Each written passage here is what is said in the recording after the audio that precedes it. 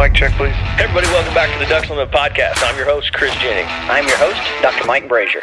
My name is John Gordon. I'll be your host. And I'm your host, Katie Burke.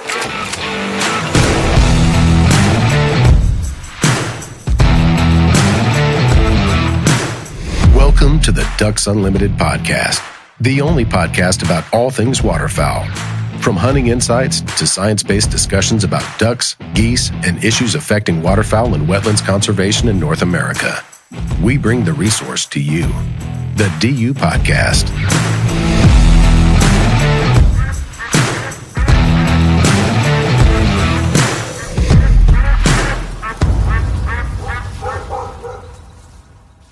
Hi, everybody. Welcome back to the Ducks Unlimited podcast. It's your host, Katie Burke. And today on the show, I have the author of the Minnesota Duck Camps, 160 Years of History and Tradition, Steve Knutson. Welcome to the show, Steve. Hi, Katie. This book of yours, it's hefty.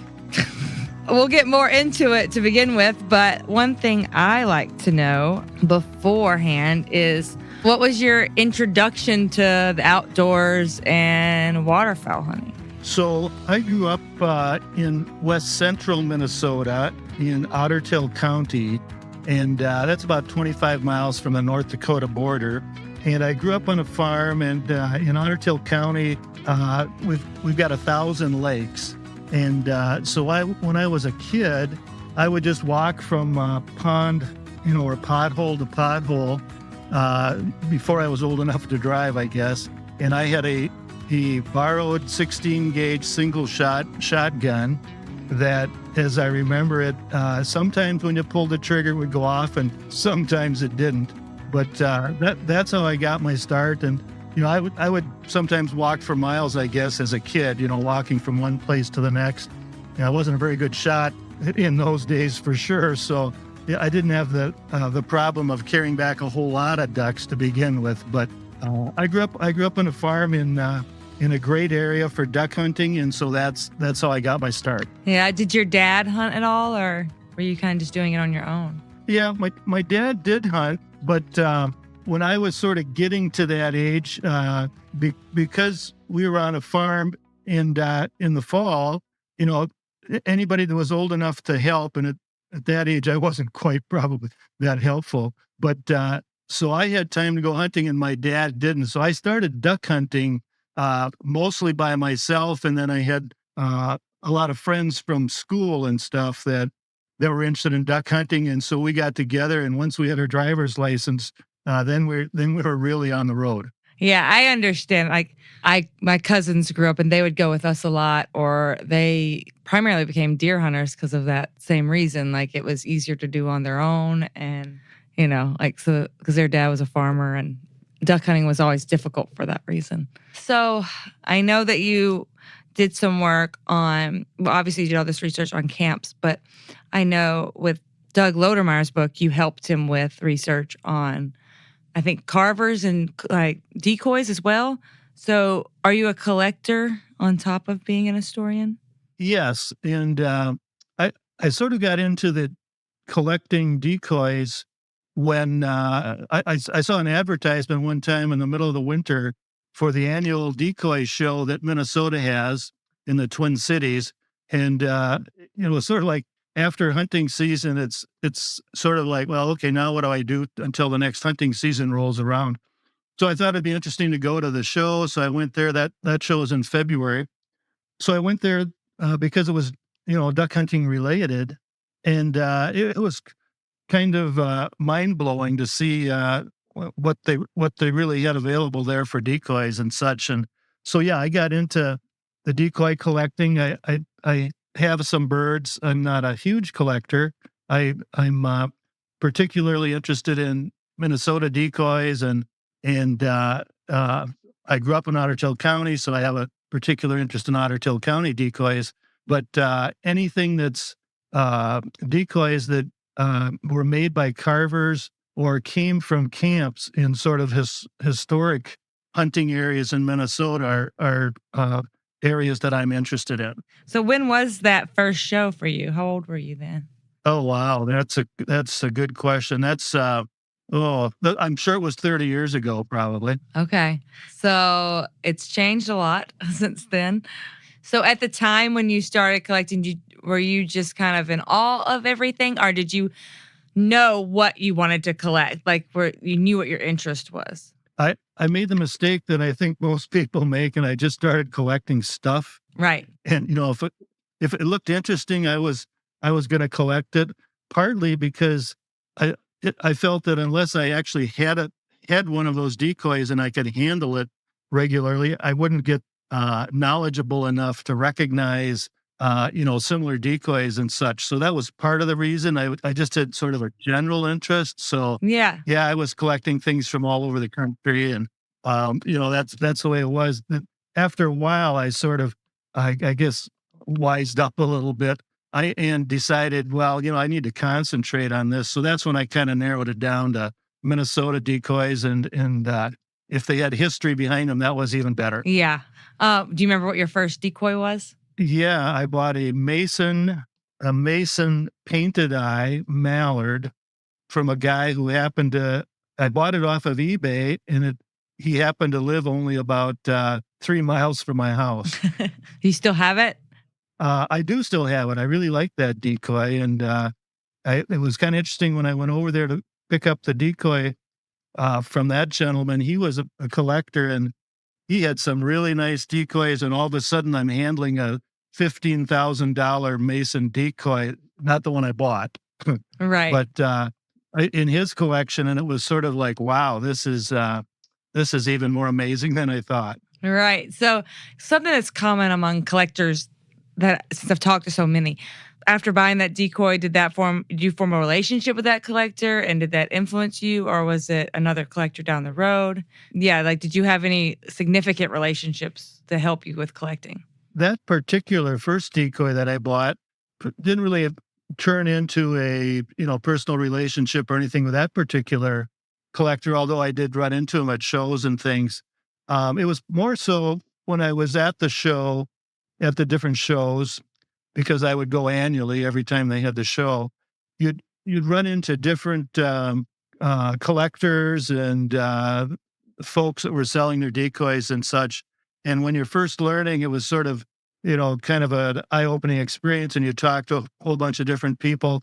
And, certain folks just seem to connect with even more so than the others. And so that's sort of where I think I got into kind of refining what I was interested in. And then along the way, I met up with Doug Lodermeyer, who's, written the books on Minnesota duck decoys and duck calls.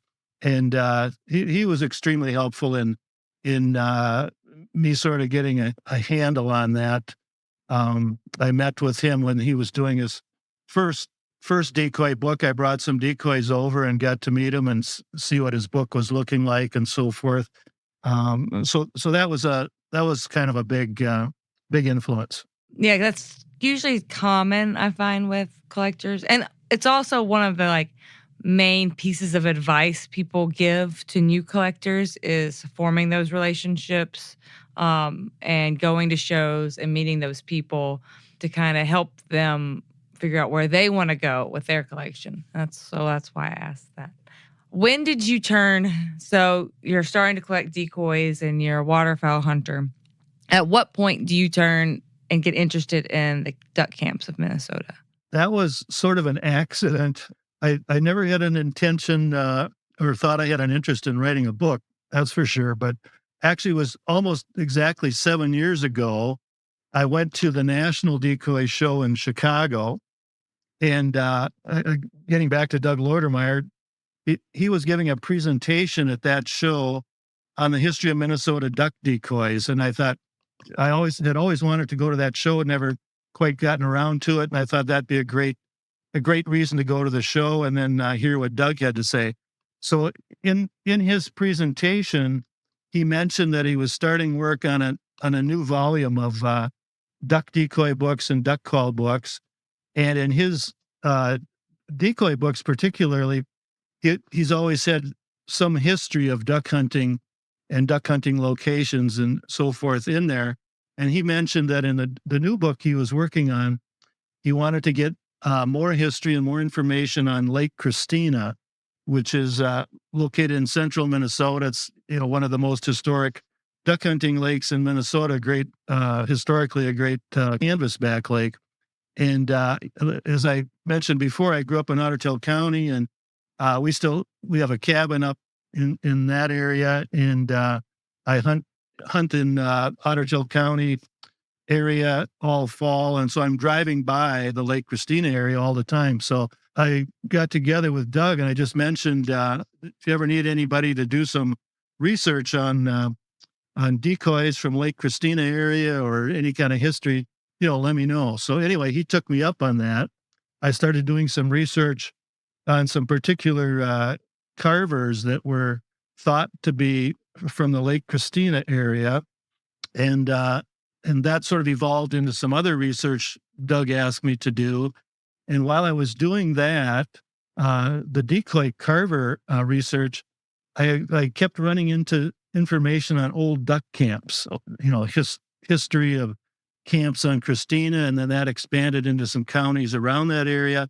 And I thought, well, this is pretty interesting. But I just set the information aside, put it sort of in a binder or a folder, and after a while, it got to be a real big pile of information. And I showed it to Doug Lodermeyer one day, and I said, boy, somebody should write a book on this. and he said, yeah, why don't you do that? And I'll help you. I'll show you what you need to do and help you along the way. And that was, that started 7 years ago. And the last few months is when the book came out. And so it gradually evolved into that. Yeah. I find it interesting. There aren't a lot of books on duck camps, but I feel like in most decoy books, there are mentions of camps, of famous camps, because either carvers, either were guides for that camp and carved decoys for that camp, or the camp bought decoys from certain carvers. They're always like a part of the story, but rarely are they the focus of the story, except for, there's a couple books here and there, but not to the extent that your book is.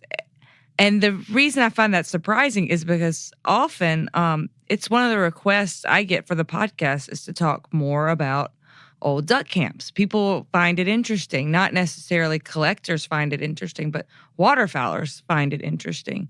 And you would think there would be more work done on it, but there's not.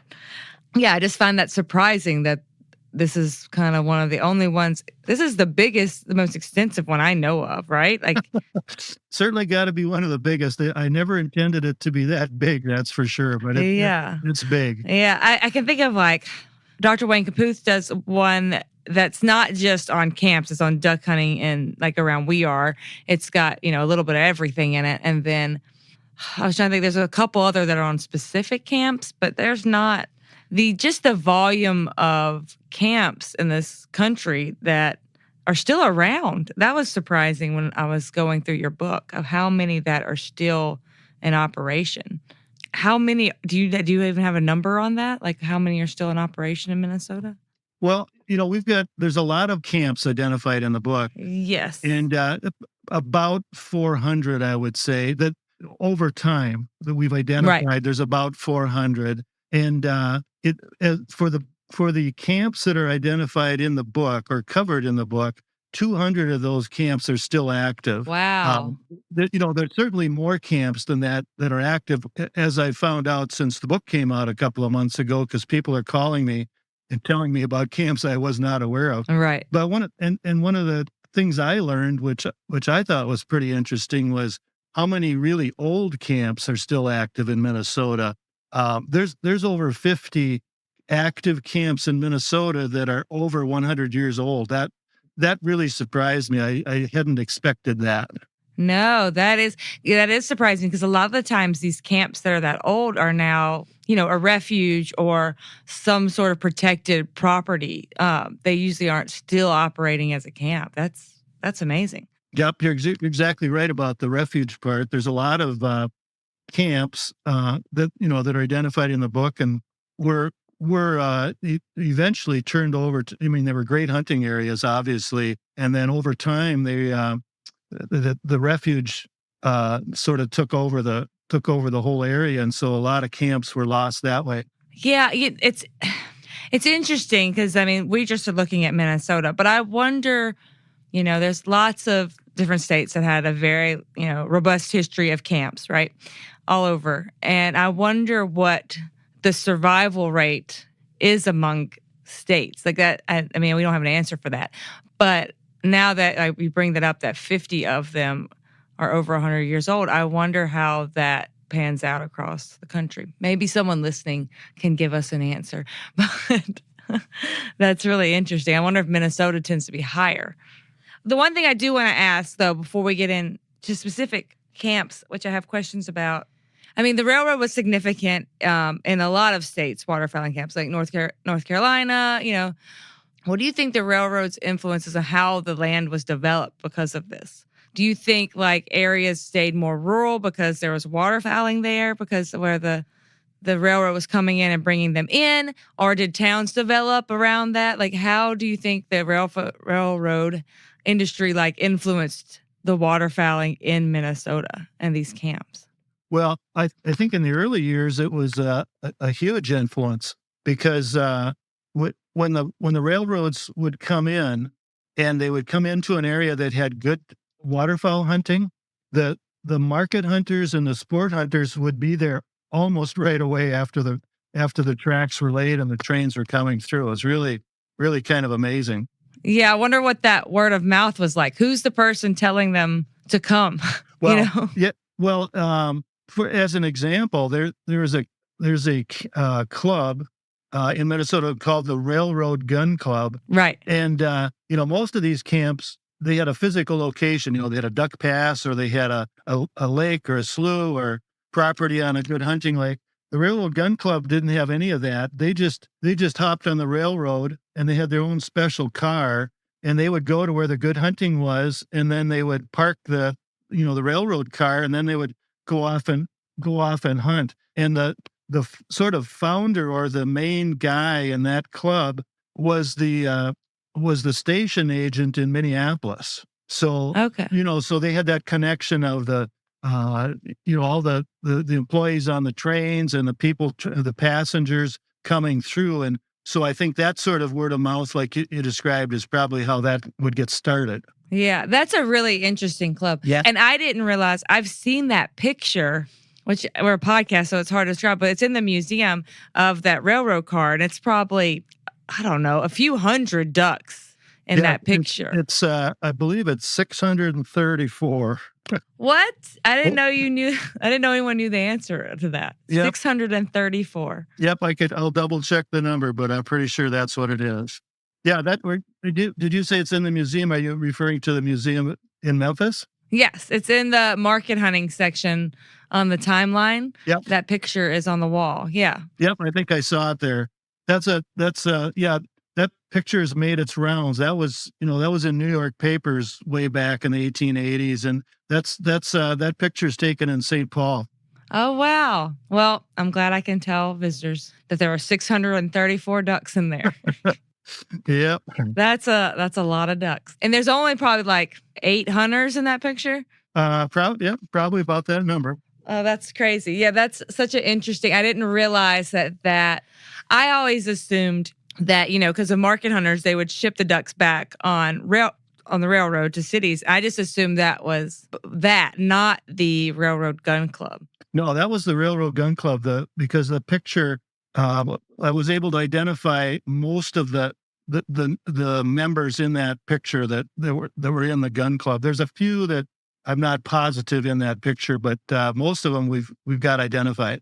Oh, wow. So how many members were of the Railroad Gun Club? Was it like more conducive to have more members because it was, something that went in and out, or? I think there was probably around 8 that were sort of steady members. And then it seemed like they had sort of a variable number of additional hunters that would sort of come and go over time. Okay. So it wasn't a real big club, and maybe because they were pretty much, relegated to being in one railroad car rather than having a real big clubhouse somewhere. Yeah, that's a really interesting one. That's pretty unique to your area. Like I don't think I've heard of anyone having that as well. But so in your book, you kind of like, I find the Minnesota area because it's so different from where I hunt. I grew up hunting in Mississippi. There's all these sections and they're all they can be very similar or they can be all very different types of hunting in Minnesota of what you're hunting. Because the railroad came in and then the camp started to develop at that point as the railroad came in, areas of Minnesota where did the camps start to what were the hot spots of where camps started to develop? Yeah, so Minnesota became a state in 1858, and by 1861 was the first real duck hunting club that we were able to identify, and that was right in the Twin Cities, Minneapolis, St. Paul metro area.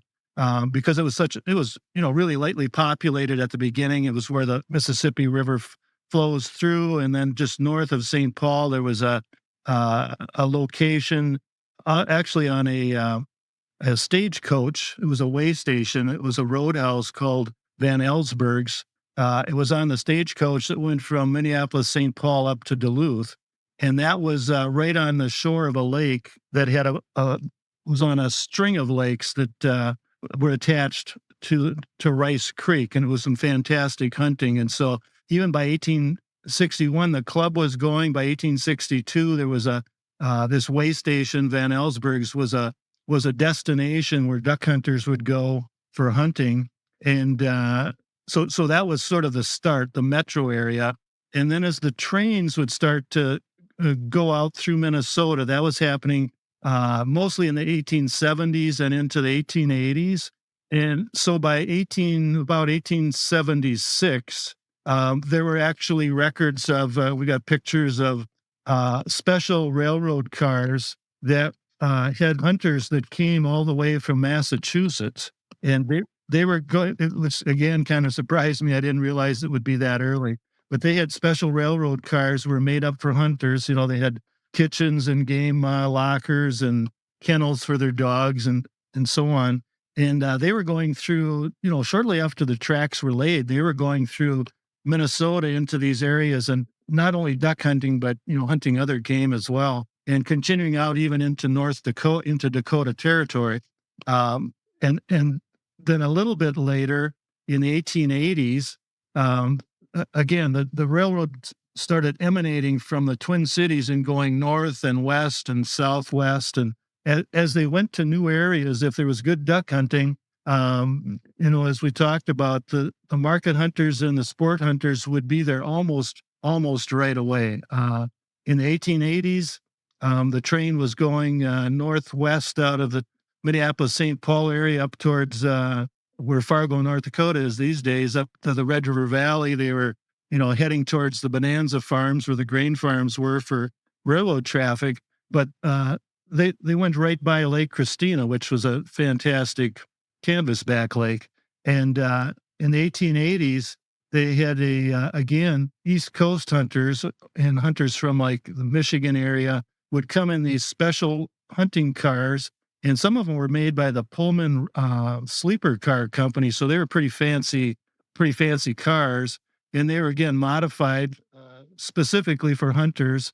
And they would have usually porters and cooks along with, providing assistance for the hunters.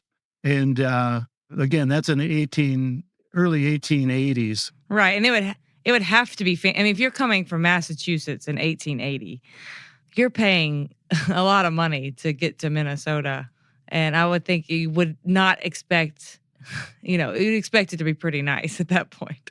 Yeah. And the railroads had figured out even by that time that there was a market for this of customizing these railroad cars and then leasing them out or renting them out to these hunting groups, mostly, like you say, from the East Coast, where there was probably more money to be able to afford that. But they would come through and hunt in Minnesota and continue on into Dakota Territory.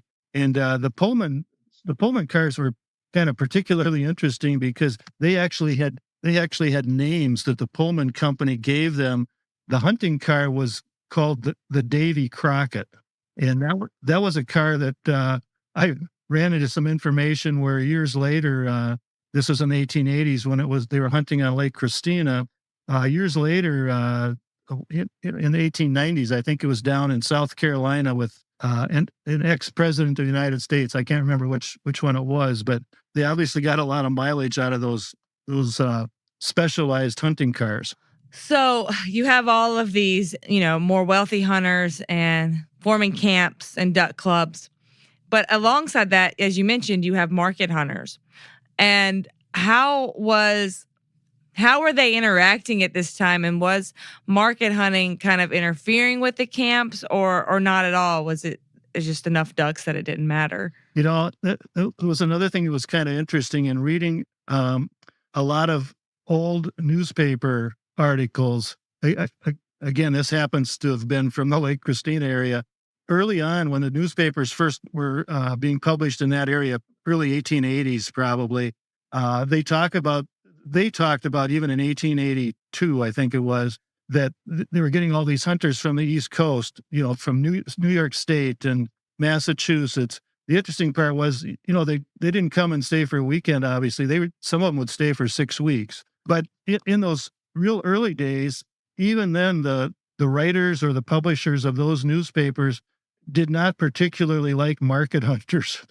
I thought it would probably be the case where it was sort of, they could coexist and not be an issue. But it was generally the case that it didn't take long before the market hunters were not enthusiastically looked upon by the sport hunters. Yeah, right. It makes sense.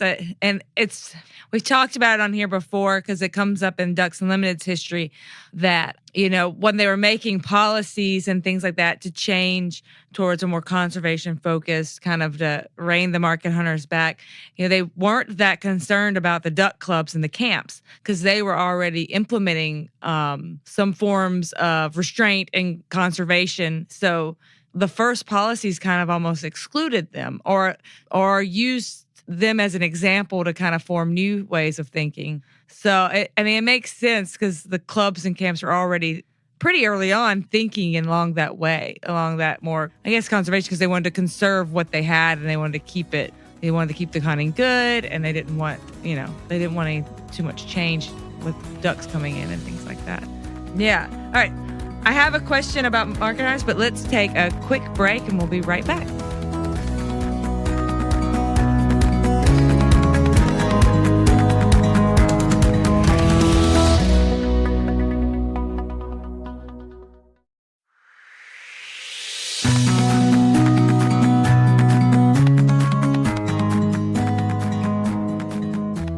Thanks for sticking with us. My question about market hunters pertains to, it was the Heron Lake, I think I read in yours. I love about the 1901 market hunters that were arrested. And one was charged, the leader was charged with $65 and the other one was charged with $35. And then the part that I was really curious about, and I'm sure you don't have an answer, but 480 decoys were taken, and I really want to know what happened to the decoys. I'm sure we don't have an answer. Boy, there's a whole bunch of people who would like to know what happened to those decoys.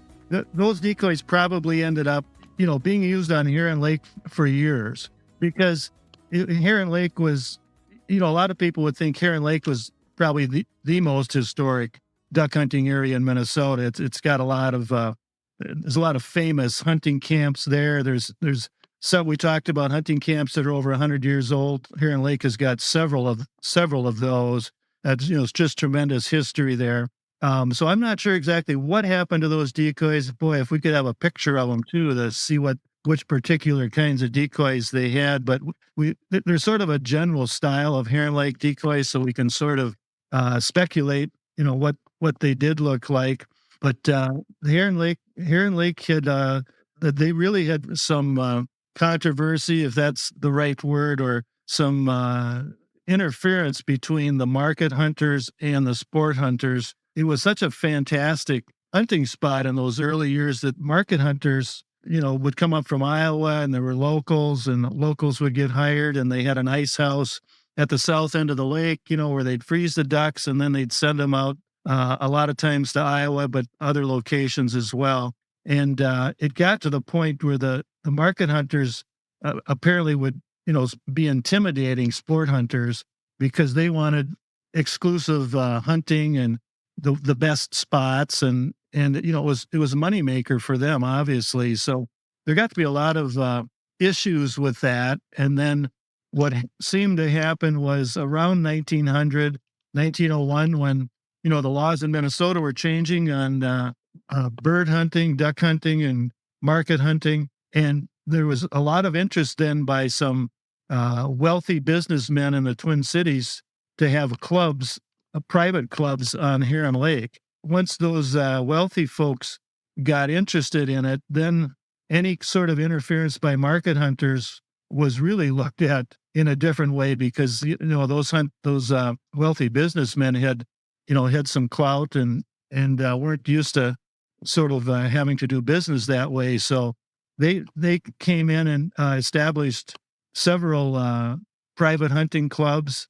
And then what was kind of interesting was those locals that had been market hunters previous to that, they ended up working as guides at these private clubs. And they were very successful doing that. And a lot of them did that for many years. And the other part that was kind of interesting was some of those market hunters on Heron Lake, some of them actually went on to become game wardens later on, which was really kind of interesting. That is interesting. Well, I mean, I guess they know the land really well, so that's helpful.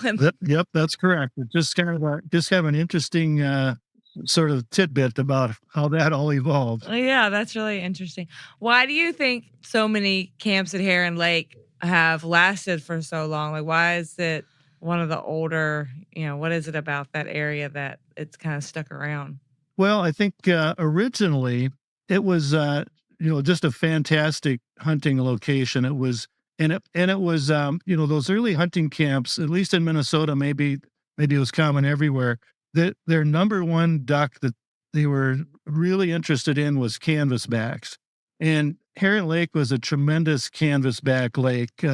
There's reports that, they called it the Chesapeake of the West at one point, because the reporting was that, more birds staged on Heron Lake at one time than anywhere other than Chesapeake Bay. So that's why they gave it the name Chesapeake of the West.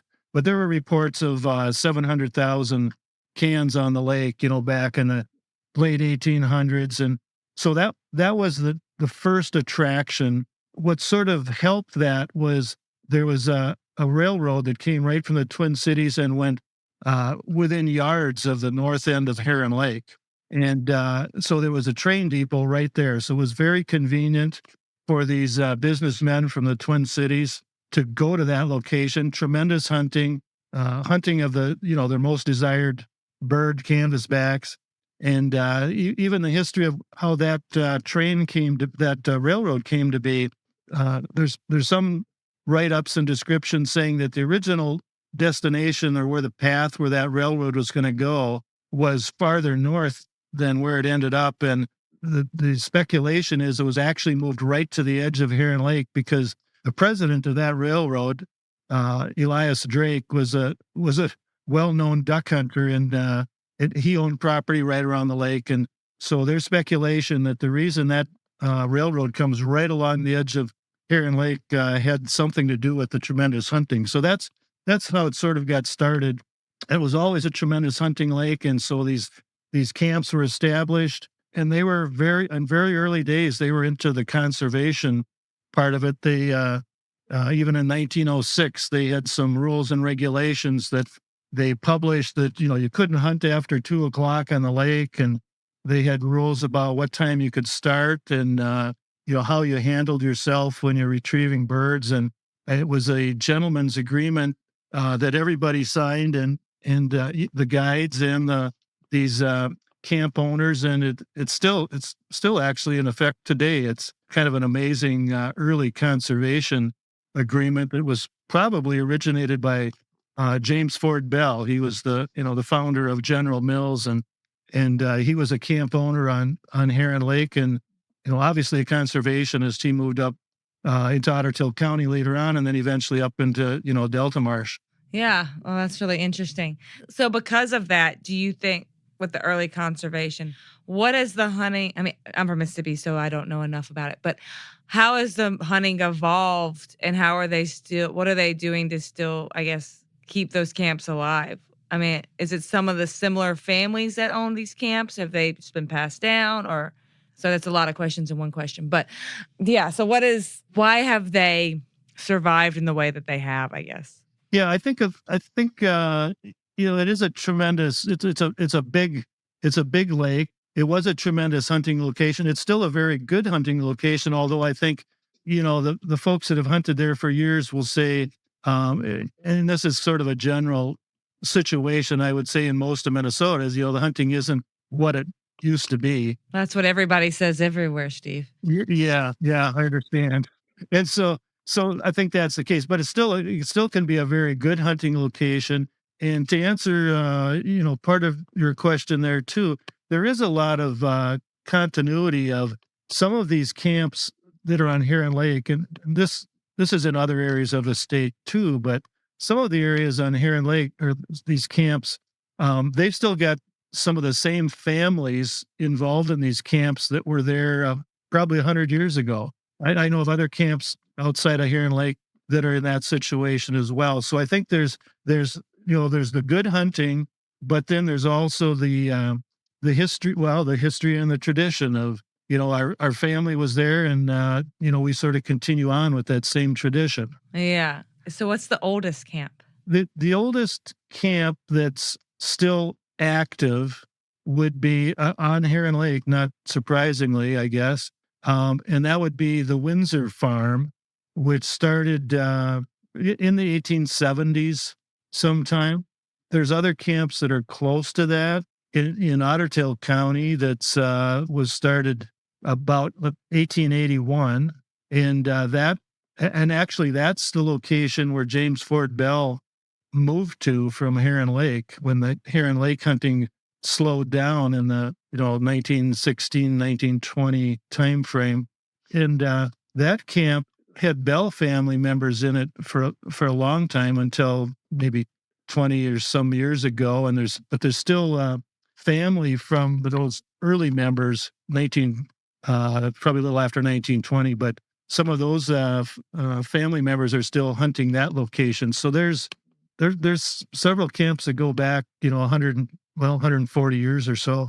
Wow. One of the other areas it was one part of that you mentioned, and I didn't think about it in regards to Minnesota, but there you talk about Swan Lake, which I like you describe a little bit about Swan Lake. But before we get into about how, some of these camps had to survive the Dust Bowl years where these lakes almost dried up. And it's hard to think about when you think about Minnesota and you think about the size of these lakes. It's hard to imagine them almost drying up, but that was the case. And, they had to survive this time. Plus, the war comes quickly after. So it's amazing that some of these camps made it through these really hard years. But I'd like you to kind of describe that a little bit more, if you could. Yeah. So Swan Lake, again, is one of the most historic areas. Some people would say Heron Lake, Swan Lake, and Lake Christine are maybe three of the most historic because there's been a lot written about them. But Swan Lake, which is located about 75 miles south of Minneapolis, St. Paul, that's a huge lake. It's 12,000 acres, I think, and it's a big marsh. It has open water on it as well. But it's a huge lake, and it even back in, about 1920s, there was about 100 duck camps. They always referred to them on Swan Lake. They call them shacks, hunting shacks. But there was 100 hunting shacks on Swan Lake. Then, as you mentioned, when you get to the drought years, what happens? Because Swan Lake was, relatively shallow compared to some of the big lakes in Minnesota. So there's a lot of pictures. There's some pictures in the book of what Swan Lake looked like in the Dust Bowl years. And they're pheasant hunting out in what used to be the duck hunting area in Swan Lake. And, so it got almost all of it got totally overgrown with vegetation and it was dried up, and they were, the farmers would go out there and they're, planting potatoes and growing crops. And I interviewed a older gentleman that grew up on a farm along Swan Lake, and he was describing in the drought years, it was so dry, they were always afraid of grass fires. So there would be grass fires around Swan Lake. Well, there was a big grass fire, and the wind was such that it was coming towards their farmstead. So his dad had to get out with a tractor to plow and plowed a circle around the farmstead, to get black dirt rather than have all that dry grass in between them and the oncoming fire. And that's something that was actually kind of common back then, is they would get farm equipment out and try to isolate the farmsteads, because those grass fires and prairie fires in the drought years could be really destructive. So, but in some cases, after the drought years, then at Swan Lake, for example, other lakes as well, you had all that vegetation growing, and then when the water did come back, there was actually some fantastic hunting in years after that. Which isn't so unusual. We see that in some of the other hunting sloughs and lakes and so forth around here, where you get a drought year and things dry out, and then the water comes back. It can be some great habitat. Right. I wonder, it makes me think, okay, so you're dealing with all of that, the drought, and then just kind of like this lack of resources, it's hard to find food, water, all the things, right? And then all of a sudden you have all this abundance.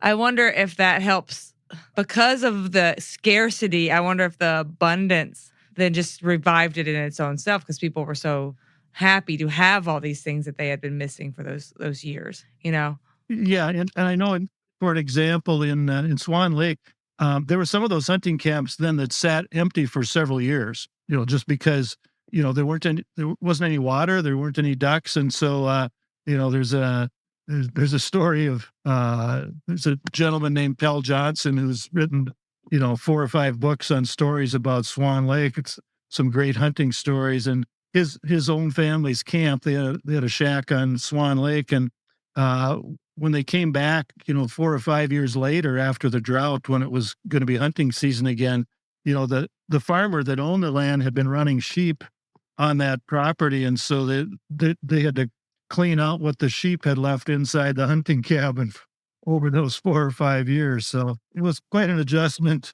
when the hunting did come back. But yeah, there was a period of time where essentially probably was no duck hunting, which is hard to imagine on a 12,000 acre lake. Right. Yeah. So do you think the majority of the people who owned those shacks or camps came back to their camp, or that was abandoned? Or do you think, or did some new hunters come into camps like that had been abandoned? I believe most of them probably came back, because it was a few years, but it wasn't, it wasn't a tremendously long time. So I think most of them probably came back, and, so they had some continuity there. Right. Do they just mostly lease that property, or were they technically owners of the property? How does that work? Yeah. And it's interesting. Different parts of the state, for example, they're sort of treated different ways. The Swan Lake area, historically in the early years, it seems like they would always lease the property from the farmers, and they might build a hunting shack. The hunters might build that, and that was their hunting shack, but they were typically leasing the property from the hunters. Swan Lake is really kind of unique in that it has, a lot of hunting lakes in Minnesota. There's like a duck pass on a particular area of a lake, or there's a marsh that's a great hunting right from shore. Swan Lake is very, very little as far as dryland duck passes. And so it's so big that everybody essentially gets out in a boat and goes and finds, their favorite spot, or finds a good spot to set up decoys. So there's little communities there where there might be 25 or 30 hunting cabins that are right next to each other, 20 feet apart, for example. And so they have that little community of hunting shacks. And then, in the morning when they're going duck hunting, everybody goes down to the dock, gets in their duck boat, and heads off. Tries to beat their neighbor to their favorite hunting spot. And in those cases, I know of at least 3 communities like that on Swan Lake, where there's maybe 30 or so hunting cabins all together. In all those cases, they were originally leasing from the farm owner, and in one case, I know the group got together and formed an association and bought from the farmer. In another case, it's still, after 100 and some years, it's still the farmer that owns the land and these hunting cabins. And there's some really nice hunting cabins in there. Just lease the property. So in general, in that area, Swan Lake, it was mostly leasing property. Other parts of the state, it's totally different. These cabins or hunters would come in. Sometimes they would lease from the farmer, and other times they would actually buy the land outright. Yeah, that's really interesting. They're like little communities. I've heard of it in like a smaller way, like a camp will build that way, but not to that scale of 30. That's very different. Yeah, that's sort of unique to Swan Lake. I know of one other area that does that. Lake Christina, we mentioned before, they have one community of maybe 25, and the rest of the lake is all sort of individually, owned by different properties.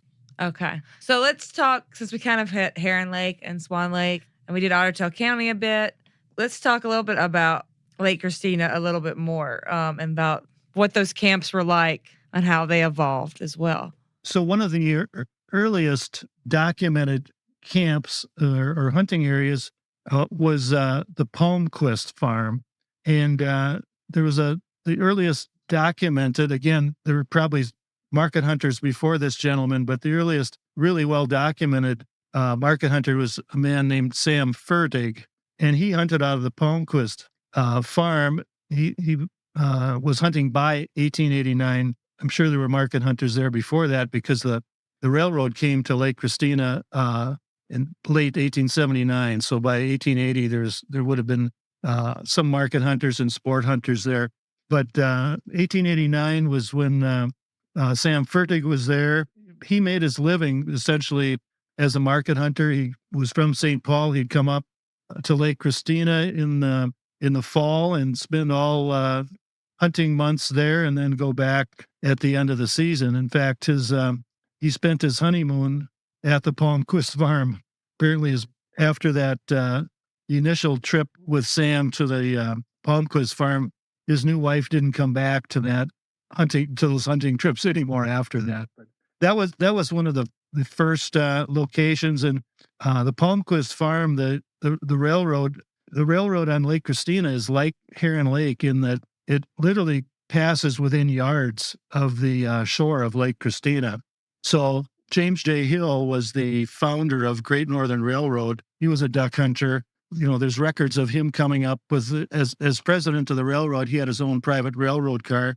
There's records of him being at Lake Christina in the nearby town of Ashby with his private rail car, and, a lot of his business associates hunting on Lake Christina. And the fact that the train went right by the shore of the lake, it was common practice for the engineers to blow their steam engines had whistles, and so they would blow that as they went by, because that would scare up ducks, and which was good for the hunter. And then the other thing about the railroad being right by the shore of Lake Christina, the market hunters, they would just flag down the train and load their ducks onto it and send it down to Minneapolis and St. Paul. Oh, wow. Yeah. So those were the starts. The start of that. 1889 was a year that was the first duck camp that was identified on the lake. It was a camp called the Interlochen Club, which was right next to the Palmquist, again, right on the railroad tracks there. And there was some of the other camps. There was a camp called Millionaire's Point, and that was started in about 1920, and that was it's still a active duck camp, and so that would be considered the longest continually active duck camp on Lake Christina. So that's a little over 100 years old. Another one of those 100-year-old camps. Yeah, there's a lot of these 100-year-old camps. All right. I'm going to get to my last question, which I'm embarrassed to ask, but I have a couple of coworkers that would be mad at me if I didn't ask, but I'm just going to let you know it's not my question. I'm not a believer. But are any of them haunted? Are there any haunted stories? If a person believes that things can be haunted, that there would certainly have to be some haunted duck camps in Minnesota, because there's some interesting stories of things that happened at some of these camps, and they're so old that I think if you're a believer, there's probably some haunted camps there. All right, give me one interesting story. Boy, I might be drawing a blank. I could come up with some interesting stories of people in different places and different camps, but I'm not sure I can find one. Well, there's one. I was talking with a gentleman, interviewing a gentleman a few years back. His grandfather was a caretaker at one of the camps. Again, this happens to be up in Otter Tail County. They got a lot of lakes, so they got a lot of hunting camps. And when this gentleman was probably 9 or 10 years old, he would, his grandfather would have him come out to the camp and help clean up the pits and the clubhouse and things like that. And normally his grandfather would have him come with him during the week when the hunters weren't there, because it was a big hunting camp. Some hunters from the Twin Cities had it. So then he thought it was kind of unusual when his granddad called him on a Saturday and said, come with me to the camp. We got to go over there and do some things. So he goes over there. So they walk into the camp and clubhouse, and it was in the afternoon. So all the hunters are sitting around a table playing cards or something like that. So they walk up to the table, and his granddad says, I want to introduce you to my grandson. And the man whose back was turned to the boy as he walked up, turned around to look at him, and it was Matt Dillon from the Gunsmoke TV show. And if you have to be of a certain vintage to maybe even be familiar with that show, but back in the 1960s, when this 10-year-old boy was watching TV, this was the biggest hero he had in his life. And so he was sort of in shock, but then Matt Dillon, who's really James Arness, an actor from Minneapolis, this gentleman who was 10 years old at the time, said, so Matt Dillon stood up and stood up and stood up. Matt Dillon, or James Arness, was 6'7". He was a big man, and he fit the exact mold of what this young guy thought Matt Dillon should look like, bigger than life. And so when I talked to this gentleman a few years back, he was probably 70 years old. You could tell even at that point it was still a big deal to have met this famous hero of his. So I thought that was just kind of an interesting story. Well, all right. So I've taken up a lot of your time. So, but before we go, is there anything that you want to add that you want our listeners to know about? I think, one camp we didn't talk about that might be of interest was a camp called the Rice Lake Syndicate. And oh, yes. Which actually got its start on Heron Lake. It was a camp that was started in 1906 on Heron Lake. And it had, again, some very prominent businessmen from the Twin Cities, Minneapolis and St. Paul. And most of them were bankers or railroad presidents and things like that. I think we talked about James J. Hill, was founder of Great Northern. His son, Louis Hill, took over for James J. Hill and was president of that railroad. He, again, had his own private rail car, which was great for hunting if you were a duck hunter.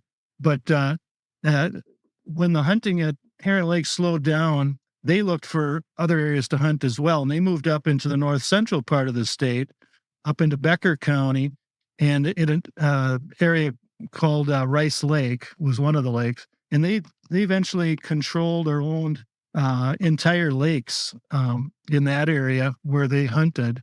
The Rice Lake Syndicate was probably the most reclusive or under the radar group hunting group that Minnesota ever had. And it was made up of all these prominent, wealthy gentlemen, and Louis Hill was one of them.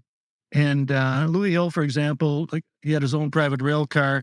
And as time went on, or what was typical with Louis was if he was going to go hunting, he would, like on a Thursday afternoon, contact his people and say, I want my car loaded up for 4 guests, and we're going to go hunting up in Otter Tail County, or we're going to North Dakota or wherever we're going, and hook it up to the correct train, and they would head up to that location, and then they would park on a railroad siding somewhere, and then they'd hunt for their weekend or however long they wanted to, and then come back.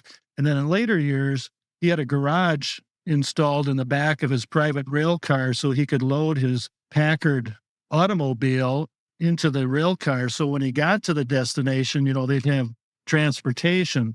And Louis Hill, I would say, was probably, from the 1890s to 1940, he was probably the most well-traveled duck hunter in Minnesota, because he would be on the, on the road. He was be on the rail a lot of time during hunting season, hunting all over the state of Minnesota and into the Dakotas. So he was an avid hunter, and he was just an example of what the folks in this Rice Lake Syndicate were like. They had a Titanic survivor was in that group. Olympic gold medal winner was in that group. The first airline pilot in Minnesota was in that group. Very, very interesting. But they're an example of this very large hunting area they controlled up in Becker County. The federal government came in to establish a refuge there in 1935, Tamarack National Wildlife Refuge. In addition to the Rice Lake Syndicate, there were other prominent hunting groups in that area too. And obviously, they didn't want to give up that great hunting they had up in that area. So those groups were able to hold off the federal government for about 30 years before they finally had to sell their properties to become part of the refuge. It's now a 35,000 acre refuge, but it was just another example of some of these hunting camps and I'm sure if it would have been taken over by a refuge, that would still be an ongoing hunting camp at long. Yeah, I wonder if it would still operate the same way, like hopping around like he did. Yeah, that would be a little different, because obviously he had the advantage, as did his father and several of these other businessmen back in the day. They had their own private rail cars, and they would do that. They would go to these, travel across these states and go hunting and stop wherever they wanted to on a railroad siding and hunt for a while, and then continue on. And I guess I've always thought if you were a duck hunter and you could go back in time, if you're in Minnesota, I think going back into one of these groups that had these early railroad car connections where you could go anywhere you want, as soon as those areas became open to hunting, that would have been some pretty interesting times. Oh yeah, and then you have the benefit of finishing the hunt, and you have this railroad car that's very comfortable that you just absolutely hop right back on. Pretty good life. Well, Steve, thank you so much for coming on this show. This has been really great. Thank you for having me. It was great. Steve's book is Minnesota Duck Camps, 160 Years of History and Tradition. So please check it out. If you want to know anything about Minnesota duck camps, this is the book. Thank you, Steve, for coming on the show. Thank you, Chris Isaac, our producer. And thanks you, our listeners, for supporting wetlands and waterfowl conservation.